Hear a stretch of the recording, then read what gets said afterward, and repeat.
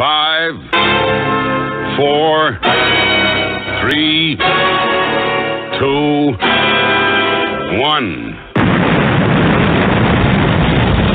It's the new Panic Room. It's the show other shows want to be, and the show that authors want to be on.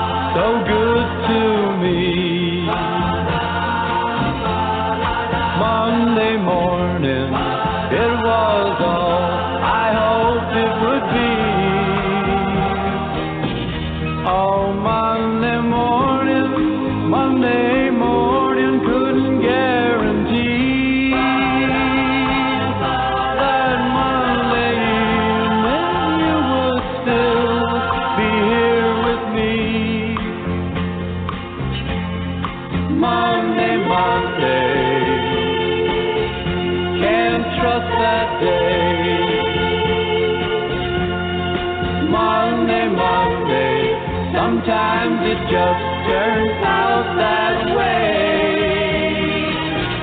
Oh, Monday morning, you gave me no warning of what was to be.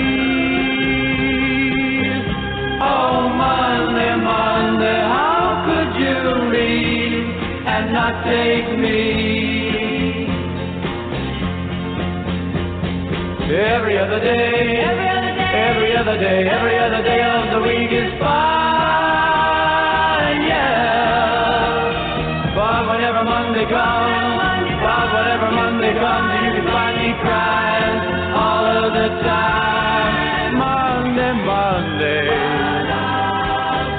so good to me. Monday morning, it was all I hoped it would be. But Monday morning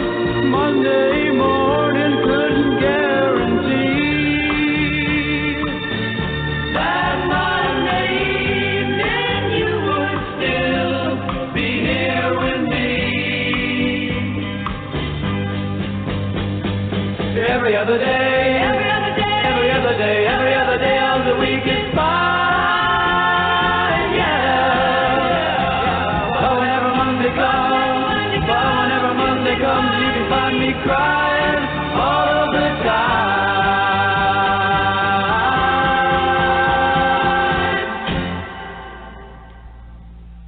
Monday,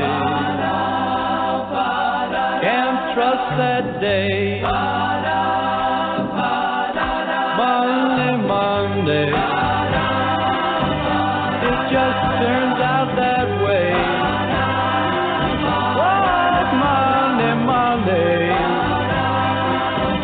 won't go away. Monday. The all-new Panic Room radio show is brought to you by hellboundbooks.com.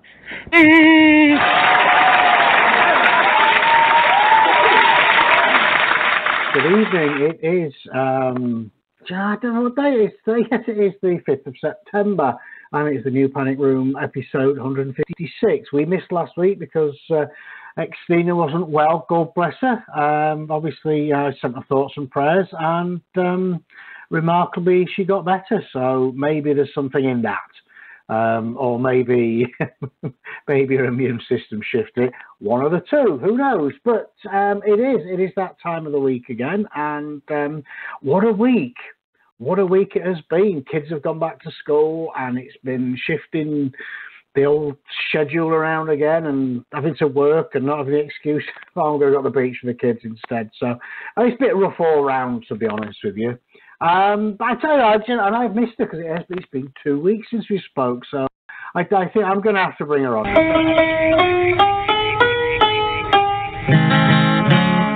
Come on, I'm with you.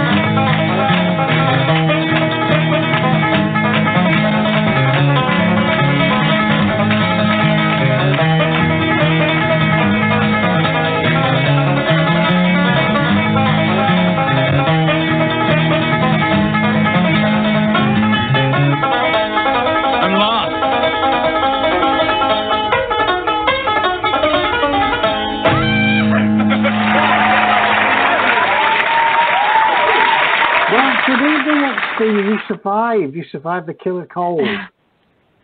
I did just barely. For a whole week though, I thought I was dying. I was on the brink of death. Oh, bless. Bless. Yeah. But well, I know you're paying because I've had my daughter's been off for a couple of days. It's always the size, you know, back to school, and they just bring absolutely every germ that you find home with them. You know, start off with it.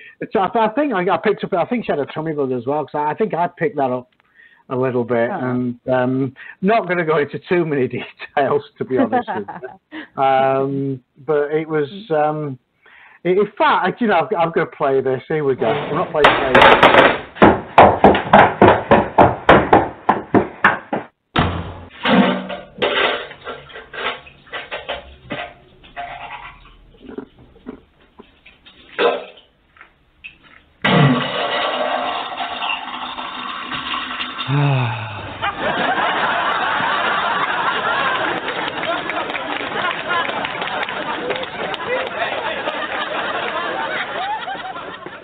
I think enough said, don't you? I do, yeah. You know, I wasn't going to go into I wasn't going to go into any details of my lovely, you know, because I'm still a little bit under the weather. I'm definitely over the bad parts, and you're a bit phlegmy. I am, and you know, phlegmy. Yeah. Yeah. Phoebe on Friends said that it was sexy phlegm, and there is nothing sexy about this. Nothing. No, I can't even. No, it's just gross. Yeah, and I'll cough really good and be all phlegmy and just gross, and then I'll look at the boyfriend and say, "Do you want to kiss?" And you know, he always says no. I don't understand it. Yeah, well, let's make out, darling. Well, could we not? Could we not do that, please? Thank you. Thank you, please. Thank you. Yeah, nobody needs that in their mouth. No, gross. I don't even. No, my son brought home the stupid cold. I think he's been in since the beginning of last month. So he made it about 3.5 weeks and then brought it home for me. And, you know, he did not miss one day. So I think he was just like a carrier. You know, he just brought it home. And then Typhoid Mary, yeah? After I should call my daughter Typhoid Mary, because they say she brings them home, and she's fine. You know, she'll bring them home, and then she gets over it in an instant. Yes, and then it takes us a little. You know, why you not? I'm ill. You know, I'm poorly now. But she's not. It's just not fair. It isn't. But I'm better now. So yay! I survived this summer cold. Barely, but I can't. You know, I just sort of feel. Well, it could be psychosomatic, but you know, I just feel like I'm good. You know, that I'm gonna get. Last time I had this, it was like that for like a week. I thought I'm gonna get it. You know, get it over and done with, and it never happened. Yeah, you know, that has happened to me before. I mean, usually but I'm a little paranoid anyway, so I think I could talk myself into it. Oh my God, I'm gonna get sick. And then I do. So there's part of me that thinks it's just psychosomatic, but yeah, quite possibly. But you know, I try to have the mindset. You know, I'm not. You're going. I don't have enough time for this. I don't have time to be ill. Oh God, I know. And you know what? I worked every single day when I was sick to finish the projects that we had, you know, that were going. And I'm really proud of myself for that. I thought so too. I did. But then again, you know, I'm sitting on the comfortable couch with the laptop. So I mean, it's not like it's hard work. It's, you know. But nice and comfortable. It's one of those things, you know, that when you're, you know, especially if you're doing sort of, you know, brain work, you know, sometimes your brain just goes, no. Oh, that was I don't want to do that. I really don't want to do that, so I'm not. Yeah. Well, when you start to read the same sentence for like the 5th time, and you're like, I have no idea what this one's saying, then that's time to stop for the night. So. Yes, yeah. Or I mean, I've done it, you know, and I've you stop and you think, what's happened in the last 3 or 4 pages? And I had no idea. And you've read it, it just hasn't gone in. You know, your eyes have sort of moved a bit, and you've turned the pages, but it's like, I couldn't tell you. I couldn't tell you what the hell's gone on and where I'm at. So you read, it's like when you fall asleep watching a TV show, and you wake up halfway through another one, and it takes a little while to try and figure out, so why is this guy in CSI? Why are they getting laughs on CSI? It's not a comedy show. And Chandler, why is Chandler on it's just no. Yeah. It's very confusing. Certainly at my age, anyway. You know, in working on, proofreading or editing is so much different than sitting down and reading a book. I normally remember the books that I read, but when I'm working on one, it's weird. We had guests on the show one time that I edited their book, and they got on the show and they started talking about it, and I'm like, man, why does that sound so familiar? Yeah, I don't remember reading that. It's like, oh shoot, I read that. Yeah, so it's weird. It really is. It's like you read it, but you weren't really there because I mean, you're concentrating on everything, even the periods and commas. Which when you're reading for pleasure, you're not thinking about that kind of stuff. So. Mhm. Well, it's funny. I do that. And I'm always looking for, and whatever you read, there's always the odd little error. It's the same when I watch a movie. I'm always deconstructing it. It kind of spoils it a little because obviously you look at the writing, listen to the writing, and it does. Which I hopefully I'm going to see it Part 2 tomorrow, so hopefully I'll not.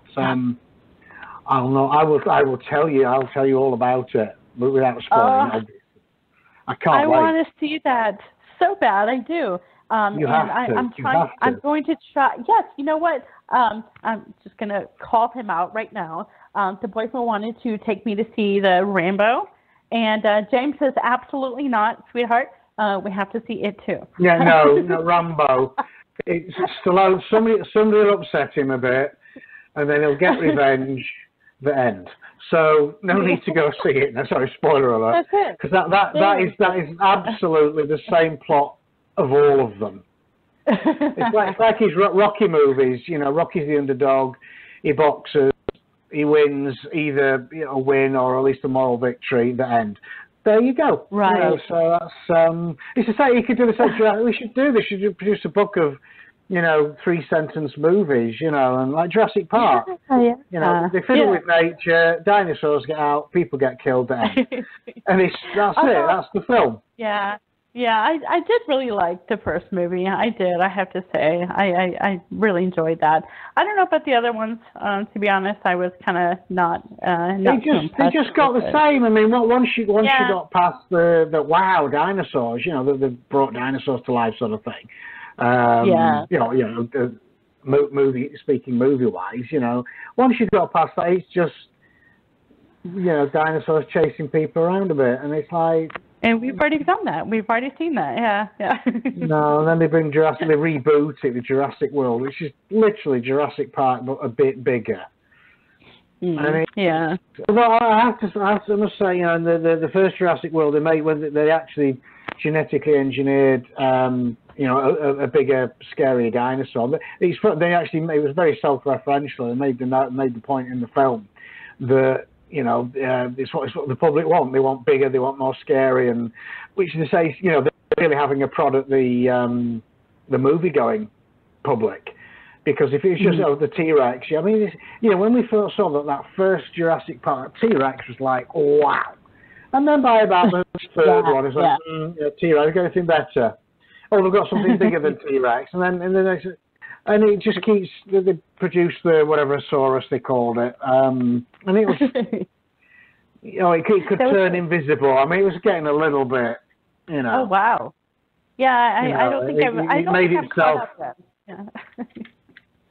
Well, again, like I say, I mean, it's literally, something goes wrong, dinosaurs get out, chase people, dice. Bryce Dallas Howard and Chris Pratt save the day and the end, and that's it. that's your plot pretty much. But dinosaurs, I've watched all of them. I'll watch the next one and the one after that because of dinosaurs.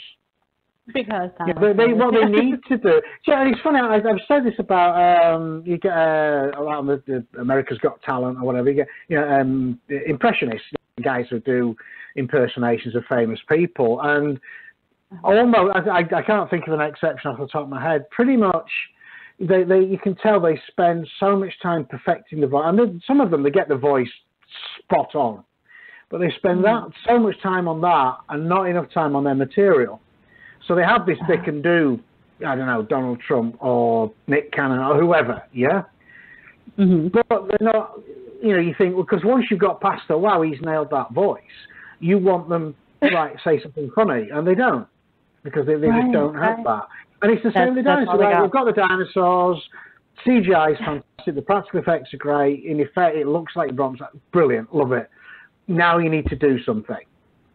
And that's where they, all they can do is run around and eat people, and because that's what they do, and that's it. I don't know what else you could. Maybe you should get them to, form a doo-wop band or something. I don't know. That would be great. Jurassic Park doo-wop band, mate. Yeah, that would be awesome. I would definitely watch that just for the music. Oh yeah. Dinosaur rock and roll. There you go. I would tune into that. Anywho. So, what have we got on the show this evening? I am excited. Is there anything happening, or is it just us talking dinosaurs? Definitely. I'm sure we could find other things besides dinosaurs because I was kind of running out of ammunition there for dinosaurs. But on the show tonight, we have award-winning top 100 Amazon author of erotica, Bryce Calderwood. And for our second guest, we have horror writer. I don't know how to say his name. And you said to say his name, Brian. No, don't say his real name. No. See, that was mean. You said. That is actually his real name. But no, you go on. You need to pronounce it, and then we can make fun of you later. Thanks. Okay. So his Feind, right? Like you're a fiend. I got that. Feind. Yep. Name. And last name. Goddess, maybe? Is that it? G-O-T-T-E-S. It could be. I'd say Gots, but then again, I'm foreign. Or it could be Gotte. It could be French. Yeah. We can ask him. When he comes on. Definitely. And I hope I didn't butcher it too badly. So let me introduce our first guest, award-winning top 100 Amazon author of erotica, Bryce Calderwood. Woo!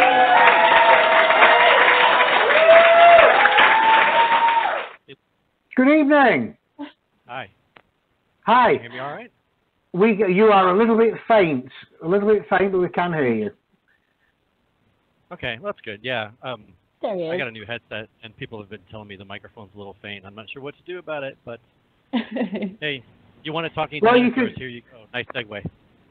Yeah, you can shout. Try shouting. Well, he is calling us from South Carolina. Where is it? South Carolina or North Carolina, where the storms are. So hopefully he does. Yeah. Are you okay over there so far? Has it hit yet, or?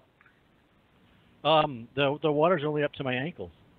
Yeah. No, I'm kidding. It's fine.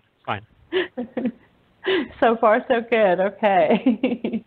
Good. Yeah. No, it's just been a lot of rain and wind, but nothing too terrible. At least we're in my particular spot where I'm at. I mean, other people have it much worse, and others are pretty much unaffected at all. So far, so good. Yeah, I was looking at the reports of the Bahamas, and it's absolutely destroyed. Most of the Bahamas, I think most of it's still out of power, and the flooded. Absolutely. I mean, we went through Harvey 2 years ago here. So yeah, I know it's a horrible thing to go through. So anybody who might be listening who's going through that, then our thoughts are with you, because we know it's just very unpleasant. Hopefully it'll miss you. I mean, is the worst of it going to miss where you are, or you're bracing yourself for more? I haven't looked at the weather in the last couple of hours, but I don't think it's going to be that big of a deal, really. Good. That's well, good. Fingers crossed. Yeah. So Bryce is, Bryce is here to talk about his book called Enthralled: Futanari Vampires 1. I mean, you've got me. Wow, you know. So, one of my favourite subjects. So tell us a bit more about it, Bryce. That's not something I hear very often in relation to that. So my instant reaction is to think that you must be being sarcastic. No, honestly, no. Trust me, I'm not. No. Okay. I didn't know what it was, so I didn't even know how to pronounce it or really what it was. But yeah. So tell me. Well, Xtina had a very, very sheltered upbringing. I have actually, under a pseudonym, I've actually written a whole bunch of Futanari erotica. So you're in good company, Bryce. There you go. A man of culture, I see. Indeed. Yes. Yeah. So this is not the most recent book that I have, but it's sort of, the defining one for just about everything that I write. And it's the first book in my favorite series, and probably the best-selling one, too, which I'm not sure if, for whatever reason that is. It's just because I keep pushing it or because people, actually like it or whatever. But, I mean, geez, how can you go wrong with Futanari vampires? So... I can't think of anything wrong with that. Again, I mean, maybe add some dinosaurs to it, and just to add that little bit of extra. Well, it's funny. It's funny you mentioned that, because I do have a series that is about a Futanari who rides a dinosaur, a T-Rex, in fact, as like a mount, like a horse. Oh yeah. And it's like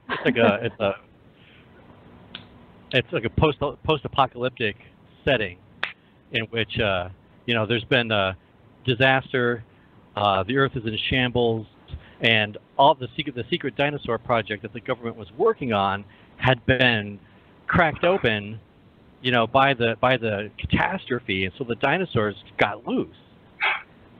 So people had to, the people who survived had to figure out what to do with them. So wow. Yeah, that sounds it's awesome. It's literally called Futanari Dino Riders of the Apocalypse. Oh, I love it. Like that is the actual title. Bit of a mouthful. Yeah, you had me. It's funny. Sorry, Xtina, do be quiet. I am talking. You cannot get the staff. You cannot get the staff, to be honest. But sorry, it's just funny when it's a bit of a mouthful. When you are involved in the erotica, writing erotica, whatever, everything becomes a double entendre. Unless it's just me, unless it's just my dirty mind. But everything, my brain just immediately switches it around to something rude. And I do apologise. Oh, yeah. I should know better. The inside of my head is a terrible place to be, or wonderful. Well, I don't know. Looking at you produce Futanari vampire books, I'm sure it's a wonderful place to be. It's not. I say I'll send you some if you would like to read it. I mean, it's just pure erotica, but I love this, the vampire. You could do Futanari zombies, you could do a whole host of things. Oh yeah, it's as a niche, as an erotica niche, it's really interesting because you can just add it to any other standard thing and it becomes a new thing, and it becomes extra special. It's like, well, somebody's got, secretary office fantasies. Well, okay, we've got Futanari secretary office fantasies. If somebody's into, swords and sorcery type fantasies, well, all right, well, now we've got, Futanari, Amazonian barbarians or Futanari elf chicks or whatever. I wrote a Futanari, the last book that I published was dominated by the Futa orcs. So it's about this hapless elven prince who gets kidnapped and brutally ravaged by a bunch of Futanari orcs. So brutally ravaged. I like that. I'm there. Phenomenal. That is phenomenal. I need that book. I mean, it's just, and I have to ask the question. But I mean, why this particular genre? I presume it's something that interests you. Oh yeah. When I decided, I took a look at the entering into the erotica market a few years ago, and I was like, that could work. Why not? I have an aptitude for that, and I already know what I'm going to write because I already knew what I liked, and I wasn't going to write anything other than what I liked because what's the point of that? You might as well just have a regular job if you're going to do that. Yeah. So now, thankfully, it's not the worst niche in the world in terms of, people having an interest in it and actually buying and, reading it or borrowing it on Kindle Unlimited or what have you. So that's nice. But yeah, many, many years ago, a much younger version of me stumbled across the anime Bible Black, and after I picked my jaw off the floor, I was never the same after that. I was like, what the hell is this? And so that was, that I was into Futanari. And at somewhere along the way, I ran into some incredible artwork by a Japanese artist by the name of Yazora, who has this long-running, fantastic just series of digital artwork that he had created of Futanari vampires. And I thought, that's just the hottest fucking thing ever. And so when I decided to enter into this niche and write something, I was like, I looked at what there was, and I was like, Jesus Christ, how are there no Futanari vampires, in a written erotic form for a Western audience? That can't stand. So I had to fix that. And it's funny because if you Google the term Futanari vampires, I think I'm still on the first page of results, if not at the very top or near the top. Sorry, I'm doing that now. Actually, that sounded like a challenge. Oh, I say. Okay. Some interesting images there. There you are, enthralled. You're right at the top there, and the second, and the third, and the fourth. Literally, I think you're the entire first page of Google. So that is fantastic. Yeah, it is. I have to say, I love the tagline for the first book. The only way to love a monster is to become one yourself. That is, that's really cool. I would like to hear more. Do you have a reading for us? I can do that. Yes. Yay! Let me bring it up. This is my favorite part. Now, I could do more. This is a somewhat short, I guess. More of a teaser, really. But basically, let me tell you a little bit about the story in the book first, so that you know what it is you're actually going to hear. Okay, so it enthralled beautiful loner by the name of Ashlyn Kovalenko stumbles across Musette Vaillancourt, a wounded Futanari vampire. She saves her, gets her home to her own apartment just in time before the sun rises, only to become her next drink and sexual plaything. So here's an excerpt. Was that enough for tonight? Ashlyn asked. He bled out faster than I could drink. Musette breathed into her ear with the softest of voices. Oh, because I stabbed him in the neck. Sorry, I never killed anyone before. No? I would imagine not, whispered Musette. Tell me, Ashlyn, how did it make you feel? I don't know. Sick? Powerful? Turned on? Musette nodded. You did very well, Ashlyn. Musette stroked Ashlyn's hair and the back of her neck with her bloodied hands, but Ashlyn didn't care about the blood. You saved my life, Ashlyn. You are still saving it. Thank you. Musette planted kisses on Ashlyn's neck, and with each kiss, it was like lights inside her, being turned on, illuminating her heart and its desires. She wrapped her arms around Musette's back and shoulder. The smell of blood was sickeningly strong. I only saw that you were a Fuda. I didn't realize until later that you were something more. Ashlyn sighed. Those kisses were melting her. Musette kissed her earlobe and sucked on it gently, and she put her lips to Ashlyn's ear. Vampire, she whispered. Yes, said Ashlyn. Musette licked her neck, giving her goose flesh. I still thirst, Ashlyn, she whispered, barely audibly. I thirst for you. Ashlyn sighed, and a quiet sob escaped her. Just one. I'm yours, she said. Just, please, don't kill me. And what if I do? Breathed Musette. Ashlyn pulled her head back to look Musette in the eye. Then make it good, she said, and kissed her. Ooh. You can't there we stop go. there. There we go. Yeah, I wanted the naughty bits. I was thinking it was going to, get naughty pretty soon. You wanted to get steamy, didn't you? Yeah, I did. Yeah. If I tell you what, if you want steamy next to it, thanks to one of our guests from the early, I'm actually reading Amish romance at the moment, which is interesting to say the very least. So it's completely different to Futanari romance. I can tell you.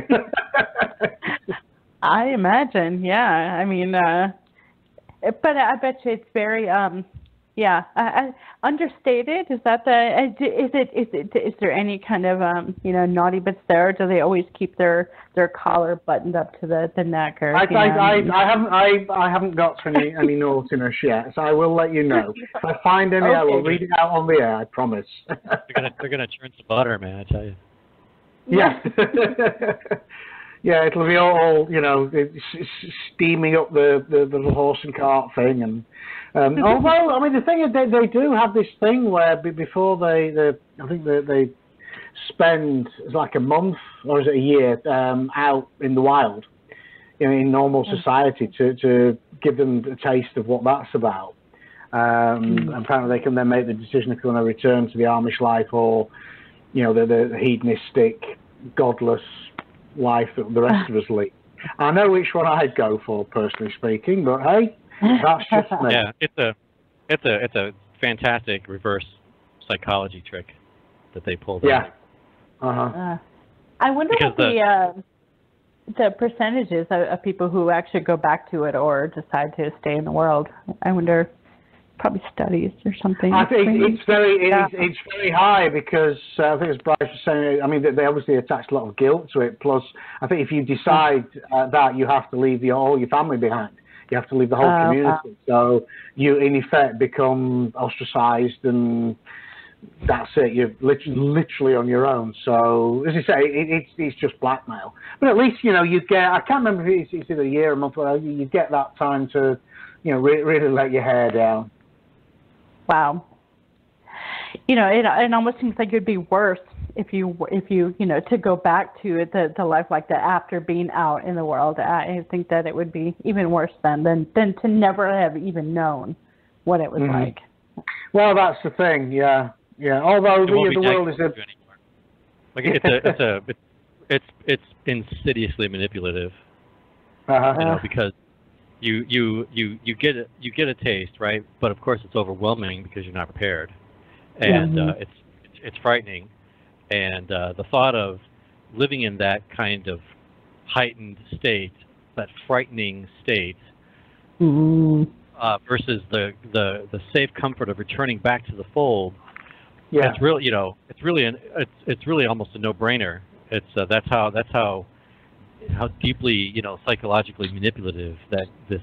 Well, that's it. I mean, you've spent 18 years in that closeted environment, and then, like you say, suddenly you're out in the big wide world. Yeah, I bet a lot of them can't wait to get back because it's safe and cozy for them. But I'm sure some people are somewhat shocked. They're like, oh my God, you're supposed to respect people's religion, and no, no, sorry, no. No. No, well, the thing, I mean, you know, religious people don't respect non-religious. It's funny. I found, you know, being an atheist, certainly here in Texas, is literally it's worse than if I was a Islamic fundamentalist. It's like, because people, you know, the second question they ask you, obviously, you know, what's your name? The second question is, what church do you go to? And before I moved over here, I was warned about that. You know, some people were going to ask, no, and they do. Then we just start talking about, you know, the church, and then, of course, I just feel left out. You know, I feel I can't really join in with, you know, talking about the Church of Satan and that sort of thing. But yeah, it's interesting. It's interesting. Mm. I've even lied about it, to be honest. It's a non-denominational. You'll not know it. You won't know it. Oh, I think it's closed. Just closed. Just yesterday, just closed. And I was only there Sunday. I can imagine you like. I just could, you know, hear you like it's a Baptist hostel, and we only meet. Yeah, giving like all the words like turned around. Yeah, it's dead churchy, and there's pews and Bibles and shit, you know, and whatnot. I mean, I was brought up Church of England, thanks to, you know, shout out to Henry VIII there. So I was actually brought up, you know, school, you know, the separation of school and state. Certainly, you know, in the church, it was a Church of England school, so that didn't happen. You know, we used to have the vicar used to come every Thursday to do assembly. We had assembly every morning. We sang hymns and all the rest of it. And look how I turned out. But it's funny, and it wasn't any particular turning point for me. It was from the very off. I just didn't get it. I just didn't. It just didn't. Well, you start questioning, right? And then that's the slippery slope, basically. But I'll tell you what finally did it for me, and the irony. You'll appreciate the irony of this is that I had actually gone to a Christian college and studied the history of the Bible itself, how it had come to be, and all this. And once you start getting below the surface of the text itself and into, you know, the history of it, the translations, and who were the translators, and what orders were they under, and what pressures were they under, and all this stuff. And once you start learning all of that, you're like, infallible word of God, my fucking dick. Ouch. Yeah, I have to say, anytime we have, you know, in any discussion like this, I was brought up in a very fundamental Baptist church, so the Baptist girl in me goes, oh my God. But I have heard that a bunch of times, and especially we had I can't remember who the past guest was, James. But he's been on a few times, and he as well was raised in a strict, I think it was Baptist, and after Bible college is when he became an atheist, and I'm just, I don't know. I'm like, wow, what do they know? You know, what do they find out in college? Well, I mean, it could be just one of those, like you say, you know, maybe it hits you at a certain time, or even, I mean, from, you know, the minute I started school, obviously we used to do assembly, we used to say our prayers and do all the rest of it, and then they talked to us about God, and then even from the age of 5, it just didn't make sense. It just didn't. No, that's it. It just didn't make sense. I just didn't get it. And all the way through, you know, I'd still sing the hymns and say the prayers and whatnot, but it was just like, even when, you know, I remember one Easter, my mum packed me and my sister off to they're like a church school. They're like basically to pack the kids off for the morning, each, you know, one morning each. The morning of each day of that week, and you know, spent a lot of time, you know, drawing pictures of this bloke nailed to a cross, which may go some way towards my penchant for horror, I think. And that, you know, when you're sort of 6 or 7, that leaves a big impression. You know, they nailed this guy to a and here I'm colouring in the red. You know, I've got the red crayon. I'm colouring in the blood coming out. Of course, we made a big thing of blood coming out of his hands and his feet, and that was great. But it was just like, who exposes 6, 7-year-old kids to that? You know, it's horrible stuff. Yeah. It really is. Yeah. And that's, people get a little too enthusiastic about that too, which kind of makes me worry. But you know, it's funny because now I write about angels and demons and vampires, except for, you know, they're all girls with huge dicks that fuck each other silly. So. Wow. Which is the best kind. Which is the best. I must admit, the sort of Futanari angels. That is just like, wow. That's got to be better than vampires, surely, because it's just the wonderful juxtaposition, really.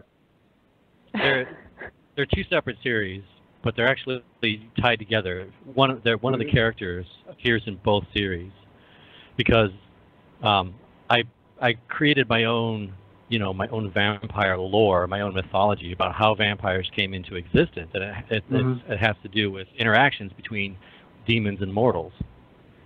So, but I had the first erotica book that I ever published was actually called Demons Embrace, and it was about a chick who was a vampire hunter, or not vampire hunter. God, I'm getting my own shit mixed up. She was a demon hunter, and the story takes place in 1948, just after World War II ended. So I had to do a bunch of, and I don't know why it had to be that time, but it just had to be.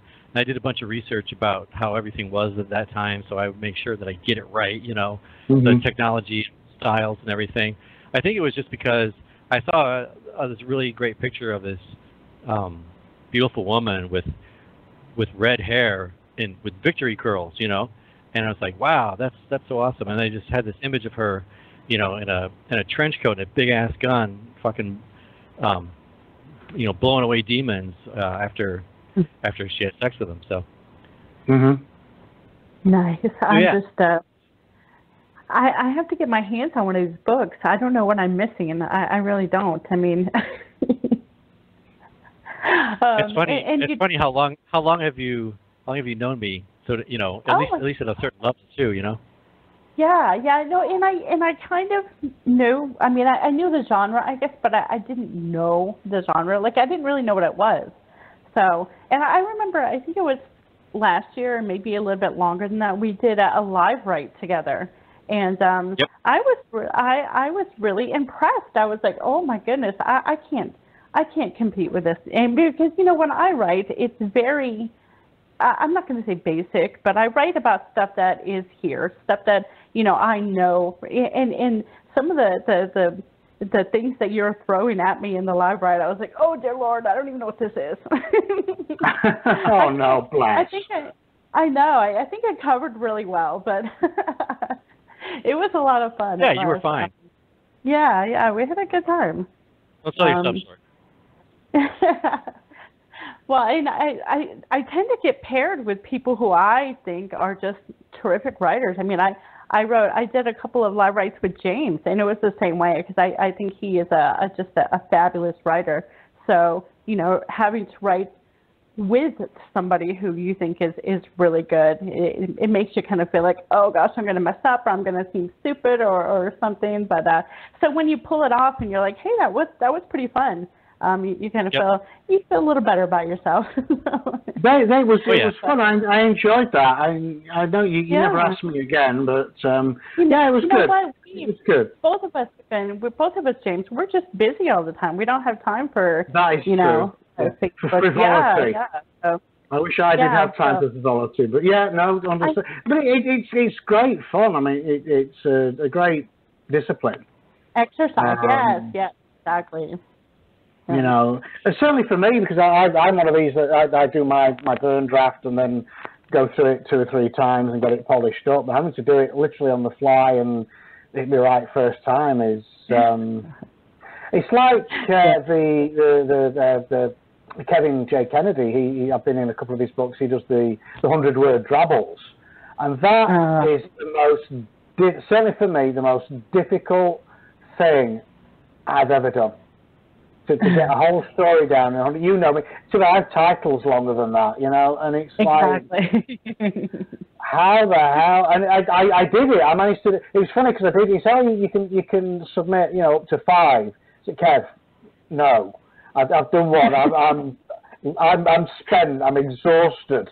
That's it. That's, you know, one per book is enough for me, and it's like so difficult. That's kind of what you say about poetry as well. You had one in you, and that was it. You were done after that. I retired as a poet. Yes, when that was done, that is it. I've retired as a poet. Never again. Never again. Never. No. That's a whole different dimension, though. I actually have a regular, you know, non-erotic horror story, short horror story that I'm writing, that I will write for an anthology coming up. That it's kind of making me panic. It's kind of making me panic because it's like the pre-orders for it have it as the #1 selling horror anthology on Amazon. Wow. And I haven't written my story yet. But you haven't written it yet? Maybe you need to make a start on that then. I have until the 13th, 5,000 words. It's going to be about a man and his ghoul. Oh, that sounds kind of romantic. You know, if you're anything like me, Bryce, you'll be sat up until the wee hours on the 12th finishing that. Right. Yeah, probably. Well, you probably start. I think it was I would start it on the 12th. I'm terrible. I will give myself. So I've got whatever, you know, 5,000 words, 25,000, whatever. I've got that amount of time, yeah.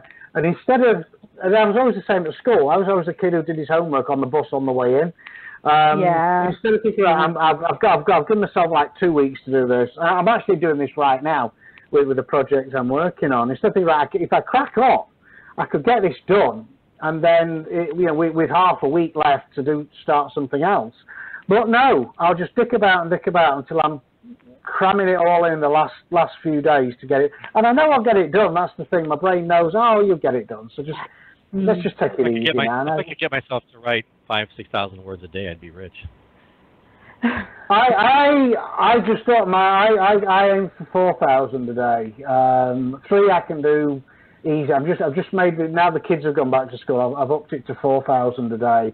You know, in theory, that's about 4 or 5 hours work. But again, me being me, I can spread that across the whole day.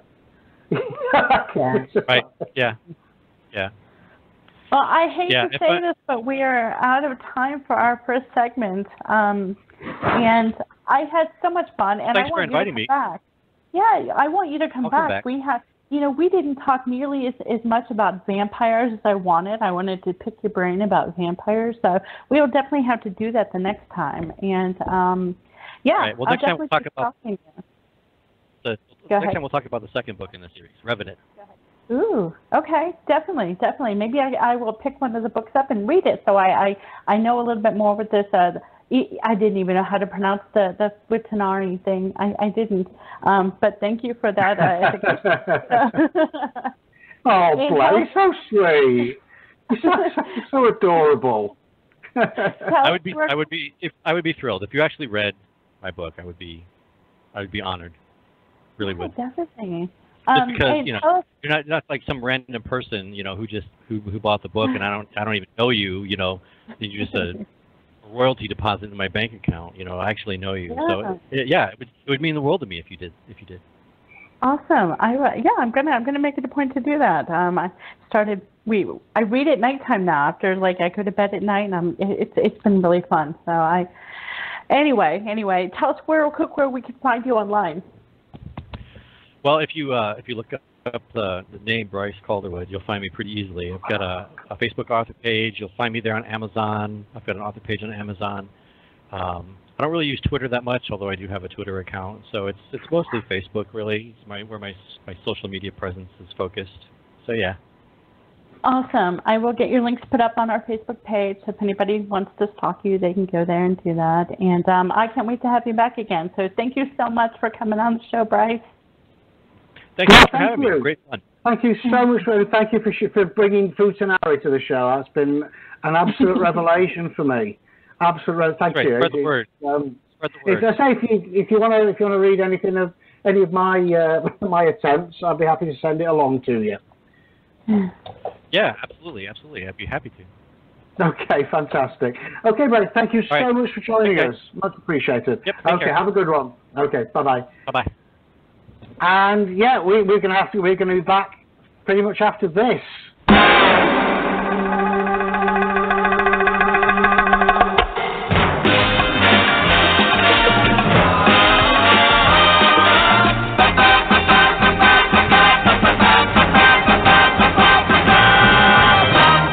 Radio Show is sponsored by Hellbound Books, purveyors of all manner of dark fiction.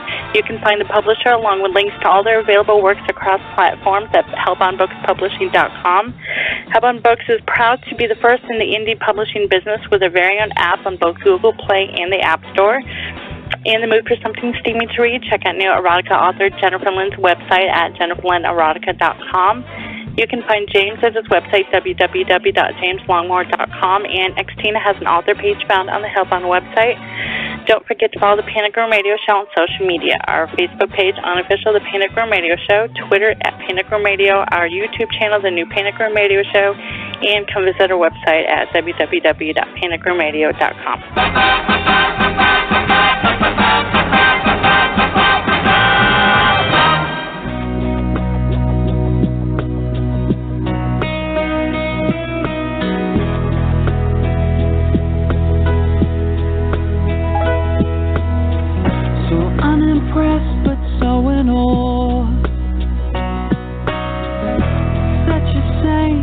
Such a whore, so self-aware, so full of shit, so indecisive, so adamant. I'm contemplating, thinking about thinking. It's overrated, just get another drinking. Watch me come undone. They're selling razor blades and mirrors in the street. I pray that when I'm coming down, you'll be asleep. If I ever hurt you, your revenge will be so sweet, because I'm scum and I'm your son. I come undone. I come undone.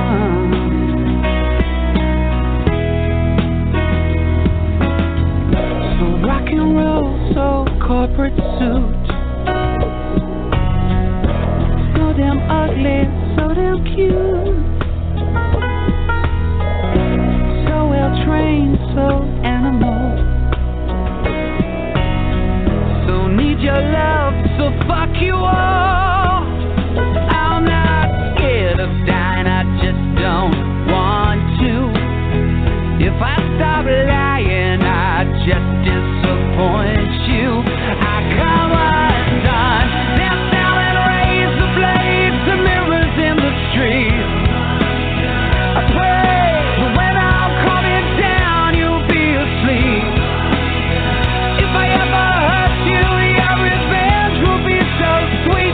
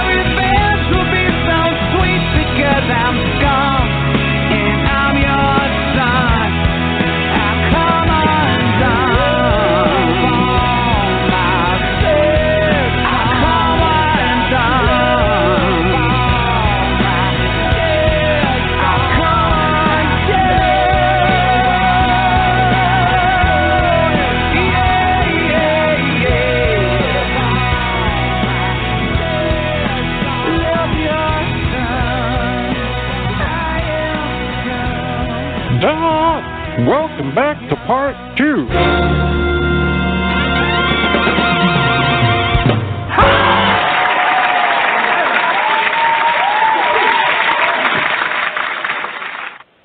Well, welcome back. Xtina, are you still there? You've been looking up Futanari, haven't you? You have been. I have, yeah. You have been. No, I love that song. So I had the mute going on because I was singing and with my sexy phlegm, and you just don't want to hear that.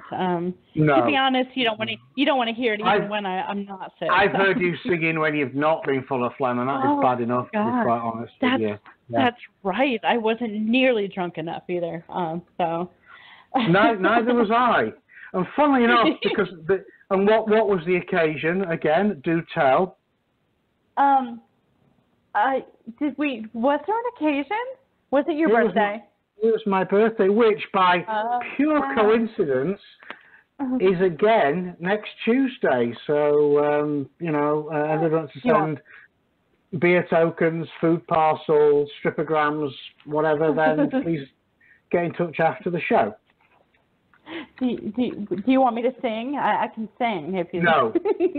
Could you not specifically?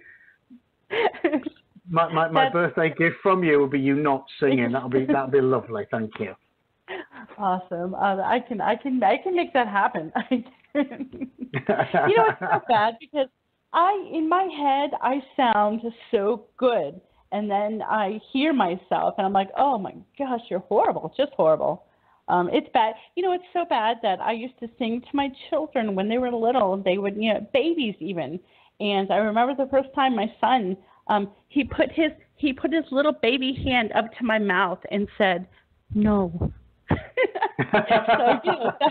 that's a wise child indeed. A wise child. I haven't pressed this button. Well, I didn't press it last week because we weren't here last week because you couldn't be bothered. Here we go. Until I wake in the morning and I step outside and I take a deep breath and I get real high and I scream from the top of my lungs, what's going on? And I say, hey, yeah, yeah, hey, yeah, yeah. I said, hey, what's going on? And I say, hey, yeah, yeah, hey, yeah, yeah. I said, hey, what's going on?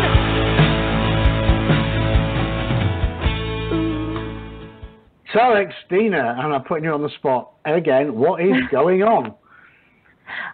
we have some things and some stuff and even more things that are just great. Some really, really good things. Really good things, yes. Some great things. I never know. Did you see the? I think they're now calling it Sharpie Gate, and if not, they should be. Where he sort of drew an extra bit on the map for the path of the hurricane.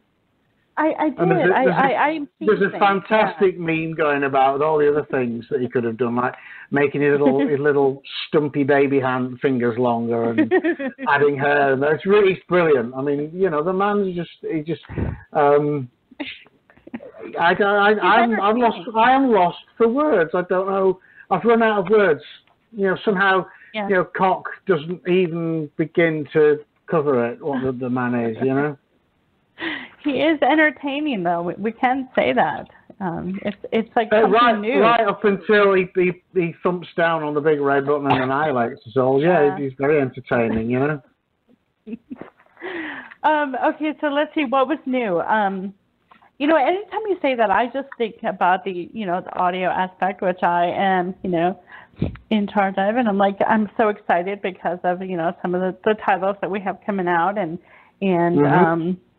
so that's for me. That's the new stuff. I think I just signed a narrator for the Toilet Zone anthology, which I think I'm excited. Yeah, I'm really excited about that one because what's better than reading a book on the toilet than actually listening to a narrator while you're on the toilet. Yeah, great. Thanks for that mental image. I'm not going to shift that one in a hurry. Yeah. So, but it's funny. I'm one of these because I always seem to be always busy. It's funny. I'm sat writing or whatever I'm working on. I need to go to the toilet. So the first thing I do, grab my phone, and I'm replying to emails and text messages while I'm having a poo. And it's like, they think whether they guess or not, but I'm probably having a text conversation with somebody, or business, whatever, and they're having a poo as well. So it kind of balances out, I think. But it's all very unpleasant. It really is. You see, this is what we've come to. Although, back in the good old days, that was always my place to read. Yes, exactly. Do you remember? It's the same thing now when you get into the bathroom and you have forgot your phone. Which how often does that happen? Because you usually have it in your hand. But I mean, it has happened where oh my God, I forgot my phone, and now what do I do? I mean, but it's the same thing when 20 years ago you get in the bathroom and oh my gosh, there's no book in here. How can this be? My life is now ruined. The whole I always had a book by the toilet, which is hence the toilet zone, which is designed to be kept by the toilet, and each story is carefully and scientifically calculated by scientists, by a scientist, which is me, to be just the right duration for a sit down. So you go where you finish the story, because it's not good for you. Again, little PSA for the listener here. It's not good for you to spend a lot of time sitting on the toilet. I've finished the story. It's time to wipe and be on my way now. And don't forget to wash your hands. And we've even put. In fact, we had a review, and somebody actually pointed that out, that they really liked the fact that we put "now wash your hands" at the bottom of each story. After, that is so cool. Public service at its finest, isn't it? It's just like there's not many books you get that level of customer care. No, I cannot wait for the paperback. I need it because I love the cover. It's got such a great cover, and I do really like the "now go wash your hands." That's like so funny. So I need one for the bathroom. And we have several bathrooms here, so I think I need one for each bathroom. Well, there is one on the way. I ordered ours up a good week ago, and Amazon seems to be on a bit of a go slow at the moment, but it is on its way. It is on its way. So I'm looking. I'm going to have mine. I am going to put it by the toilet. It'd be great. Yeah, definitely. I can't wait. I think we should do like a volume 2. I mean, this is. I think that I can see this being a pretty. It's such a cool concept. I think toilet zone. So I'm hoping we have like volume 2. All thanks to the great Brett McCormick. The master of schlock horror. It was his idea that we should do something that's toilet related. He said. And between us, we came up with the toilet zone and the whole concept and everything. And of course, it had to be, a loving homage to. In fact, again, another reviewer actually said that Rod Serling would absolutely love it. So we need. In fact, what we should do actually, unless we get sued, because Rod Serling's daughter. I mean, she was. I noticed she was involved in the recent Jordan Peele Twilight Zone series. We should get one to her because hopefully she'd get a kick out of it, yeah. But definitely. Again, it's what I didn't want was a bunch of scatological horror stories. I don't think there's any of them have anything to do with toilets other than they are designed for a sit down, which is perfect. So I have a feeling there'll be a volume 2.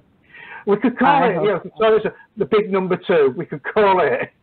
That's the title. Okay, it's fine. The toilet zone, a big number 2. I mean, it just writes itself, doesn't it? Toilet humor, toilet humor. I'm thinking, the rewipe or something, that's funny.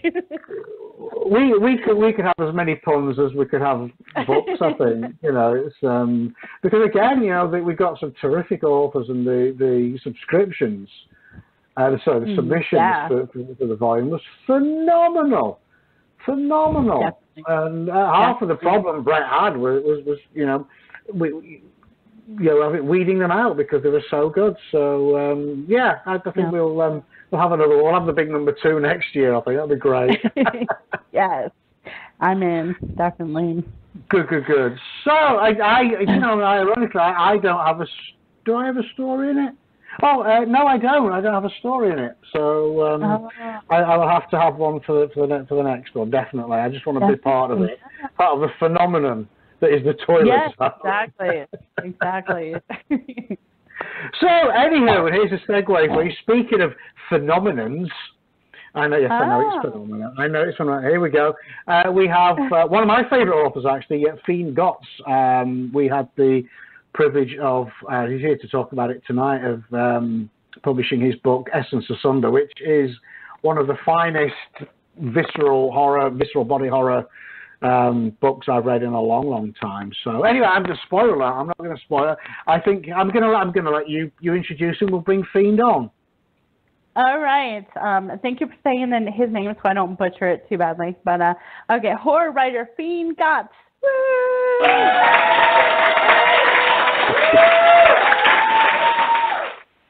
Good evening, sir. Good evening. Good evening. We finally, after all these years, we get to speak. I'm very well. How are you? I know. This is awesome. I am great tonight.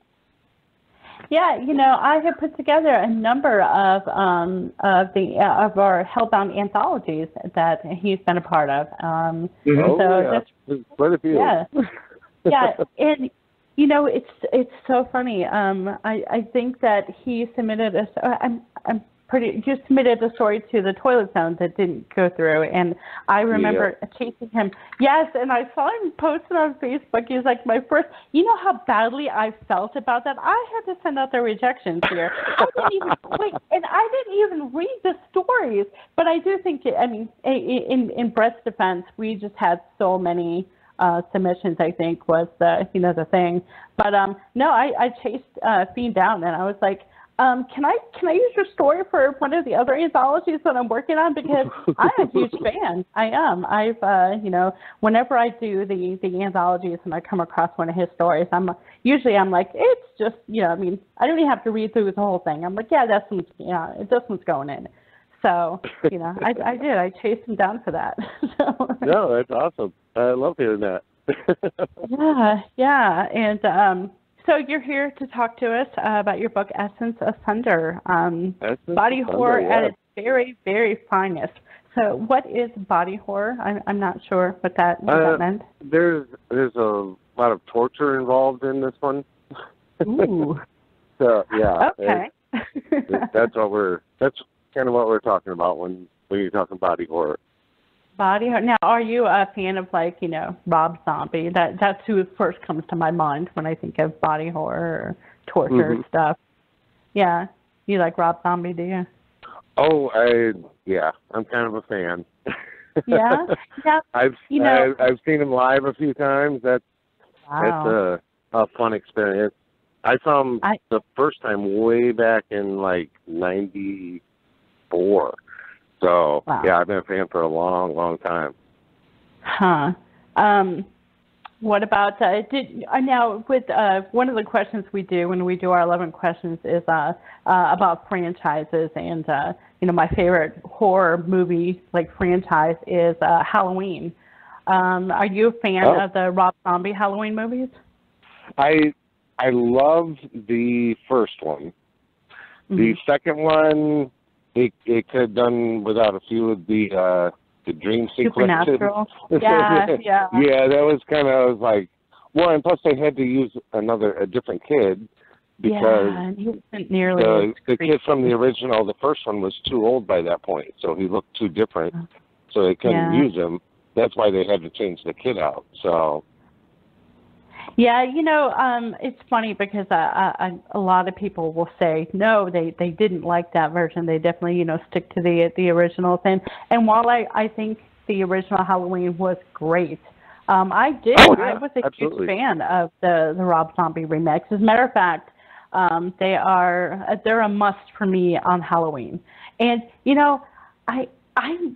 I I don't think I was a huge fan of like the really gory stuff. I mean, I'm a girl, I'm a little squeamish when it comes to that kind of stuff. But I have to tell you, I really enjoyed it. I mean, and I think that, and I say this all the time, but the first time I watched the Halloween reboot, I thought I was going to be scarred for life. I was like, oh dear Lord, there are some scenes in this that are just scary. I mean, just gruesome. But I think that but he's a freaking serial killer monster like dude. Of course it's going to be. I mean, do they think they can be? Oh no, exactly. Yeah.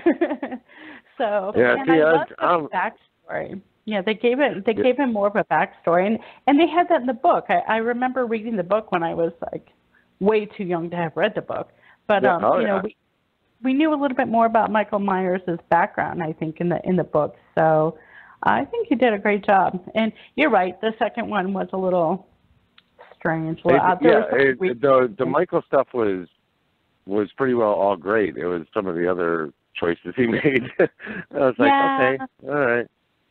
But I have to admit, a little bit too much of that barn band too. Yeah. I was like, okay, I've seen these guys enough. Yeah. But I loved Annie. I mean, and I remembered her from the original Halloween movies. She was Jamie, his niece, and I thought that was so cool to me. And her being Annie, and I just loved her. As when I was younger, I remember this is so weird. She was going to be interviewed on I think it was like Oprah or something, and they played a scene where she's running through the field screaming. And I was like, I want to be her. I just thought she was amazing. So in that little princess costume, that was so cool. So that always stuck with me. Well, fantastic. Yeah. Everybody's got to aspire to be like somebody, Right. Why not be like a scream queen, right? No, exactly. So, yeah, I was going to say, tell us a little bit more about Essence of Thunder. Like, what is it about? Well, Essence of Thunder is about a gentleman who wakes up in a basement, and he's tied to like a bed of like rusty nails and screws and things like that, and it gets worse from there. He runs into, he has two people that are kind of giving him a hard time down in this dark, dingy basement, and while he's down there, he's trying to figure out why he's there and how can he possibly get out of this situation that there doesn't seem to be any escape from. So, yeah, it was a lot of fun. And I have to say, with it being, horror, and then you said body horror, and knowing that, reading some of your other stories, it's too much to ask for like a happily ever after, right? My girlfriend says the same thing, and I always tell her the same thing. Life does not have happy endings. If a happy ending doesn't exist, the only ending for us is death. So it's just a matter of how we make our way there. So that's how I explain my lack of happy endings for her. Well, that makes sense. I mean, Yeah, I try to write one for her every once in a while, just to keep the home happy. Right. I mean, I've seen she's had a go at me many times over this. Do you find it difficult to write a happy ending? Do you really have to try hard at it?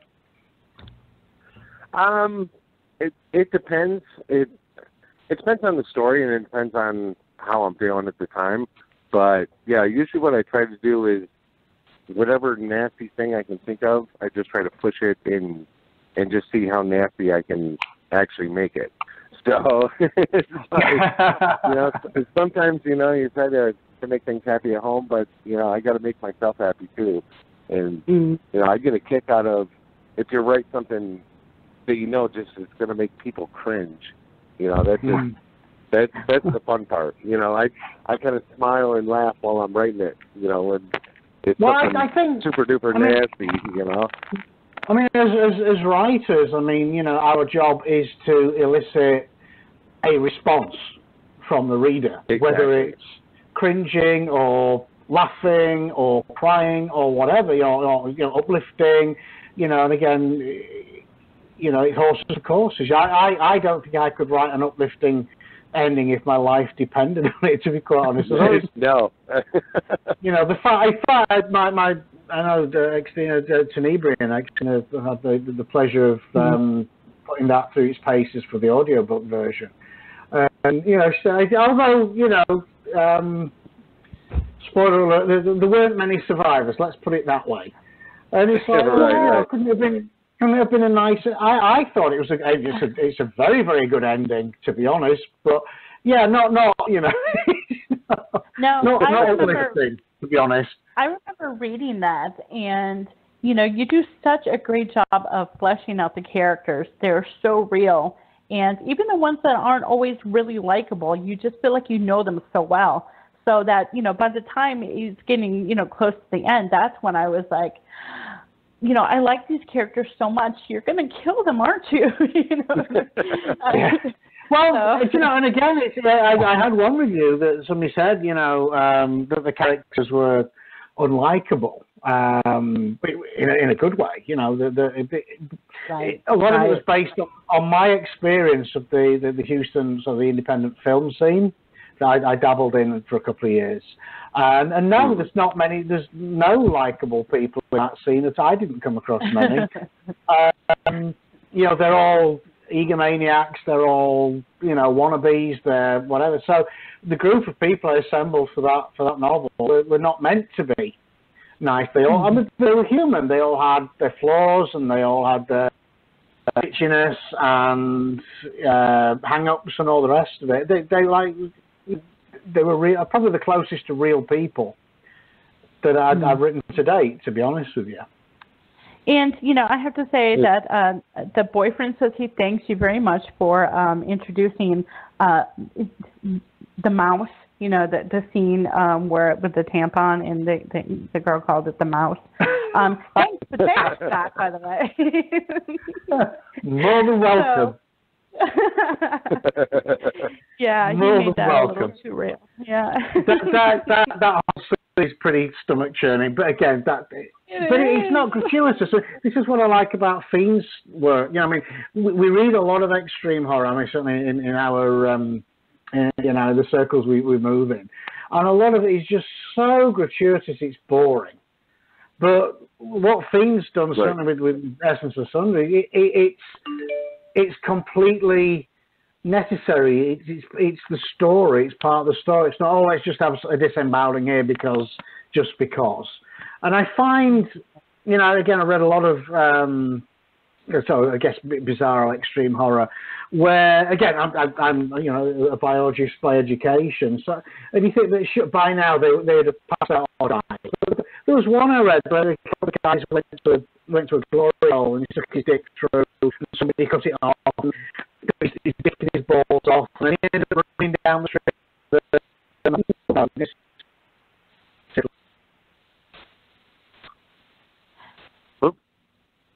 Yeah, are you still there, James? You were like going in and out there for a minute there, so I don't know if we lost you. Please don't. Yeah, that's what I was thinking. You know, we used to have so much, so many issues, like, you know, before, and at the end, oh my gosh, you know, I almost missed that. At the end of every show, his voice would do this weird robotic thing, you know, and It became almost like a new, you know, a character on the show or something that, you know, and it doesn't do that anymore. So maybe that's, you know, and I had a horrible dream last night. It's so weird. We were talking at the beginning of the show about, when we had the first guest on, we got talking about religion and stuff like that. You know, I had a horrible dream last night about the pastor of the church I used to go to. And in the dream, I was in church. And I was like, oh my gosh, that's not him. And he was a demon, and I had to like exorcise him. Isn't that weird? No, that is a little odd. Yeah. Yes, Yep. yes, a little odd. My girlfriend right. has weird dreams all the time that sometimes they make their way into my work. She comes to us with some pretty weird stuff sometimes. Now, we talk about horror movies and stuff like that on the show a lot. I don't know, a couple months back I watched, well, maybe it wasn't even that long, Hereditary. Did you, have you seen that movie? I've seen that, yep. Did you like it? It was a nice slow burn. I did like it. It was a nice slow burn, which I kind of enjoy sometimes, as long as they're made well. You know, it's like there has to be enough there to keep you watching when it's a slow burn. So it has to be just enough to keep it that nice, slow, like, going to grab your spine at some point, but we don't know when, you know? Yeah, build up to the end. You know, it was kind of like that, and I think the guy that made Hereditary is the same guy that made The Witch, I think. Mm-hmm. And that's the same way. It's like it's a very slow burn all the way to the end, and you're like, I don't know, it just leaves you kind of hollow when you see a movie like that, you know? Yeah, I was, James told me how great it was, and normally when he, recommends a movie to me, he's spot on. I mean, it's like, wow, that was so good, but I did not care for it. I really didn't. Oh, really? And yeah. I think that because I thought it was going to be something more. I mean, I wish they had played up the kind of like psychological crazy aspect of it. I mean, that right there would have. Because for me, I've known people that had, psychological, like deep psychological issues, and the things that your brain can make you think are real just scares the crap out of me. It really does. Yeah. Yeah, absolutely. And so I think that, when we got to the end and it wasn't that kind of, so I was a little like, I could. Yeah. No, it was a little, it was totally different. I'll tell you that. Yeah, I wasn't a huge fan. Now I did see there was another scary one that he did recommend that was amazing. I thought the Autopsy of Jane Doe. That was one of the. Yes, it was that's a very good one. Yeah. Isn't it though? It's like quietly creepy. Like nothing much happens for a while, but it's just this heavy feeling like something's going to happen. And, some bad stuff's going to happen, and I was pleasantly surprised by that one because I wasn't really expecting all that much. I just did like a blonde moment. Okay, when I was talking about Hereditary, it's because I was thinking about bad dreams. You said your fiance had the bad dreams and stuff. Well, the part in Hereditary where the mother was like up on the ceiling. Do you remember that part? Yep. Mm-hmm. That freaked me out so badly that still, if I get up in the middle of the night to go pee, I can't shut the bathroom door. Like I think she's going to be there. And this was like months ago that I watched this. So, and I'm still a little bit freaked out. So I have to say, even though I didn't like the movie, bravo that they could still freak me out after all this time. Oh, no, exactly. No, I'm very happy when I can be shocked or amazed or anything by horror movies anymore. It's just like, I've seen so many that it's, it kind of numbs you to it for a while, and then I try to take a little breaks from it. But it's what I enjoy. So I never take too long of a break. Right. I think that we, I don't know if I want to say desensitized or something, ourselves, because it's the same with for me. There are times that, I will want to watch a scary movie, like something that's really scary. And, I watch a movie and I even think, oh, this is going to be a good one. And then it disappoints me. It lets me down every time. And I don't know. And you see so many. It's like I watched, like my first one that I really remember seeing was Phantasm. And I was probably like 8, 9 years old, something like that. And that I still love that movie. I mean, it's an awesome one. It was one of my first. And I'm like, oh my God. It was on a late show when I was a kid. And my mom wanted to watch it, but she didn't want to watch it alone. So I was the only one that wanted to watch it. And I like to stay up, I used to stay up late, all the time. I've always been a night owl, so. Yeah. So my mom let me stay up late. That was cool. It was like a Friday night or something, and we watched Phantasm together. Now, are you a fan of like the kind of like the newer genre of scary movies? Like you have like the Conjuring, franchise, and then like there was Insidious. And honestly, a lot of them, like the Conjuring movies, they're okay, but a lot of stuff I see nowadays is just.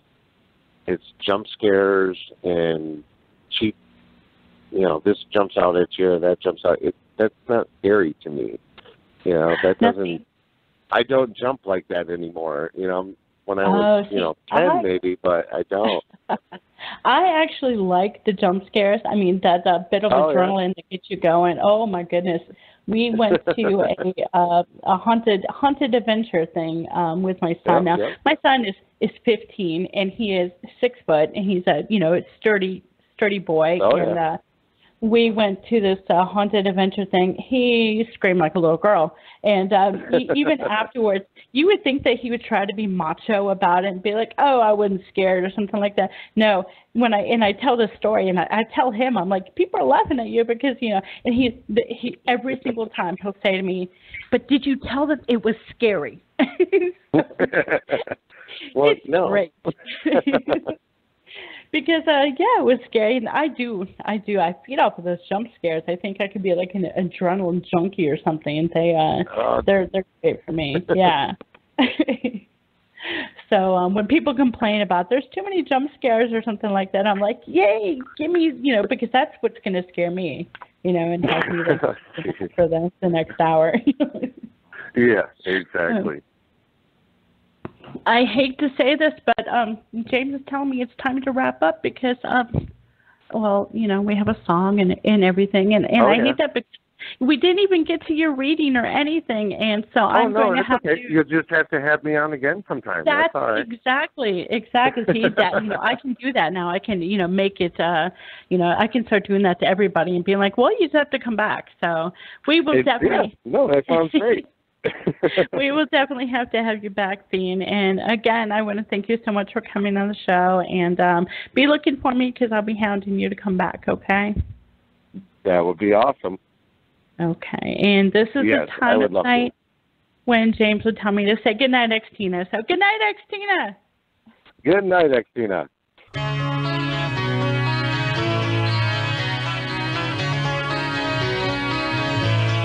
All the leaves are brown, and the sky is gray.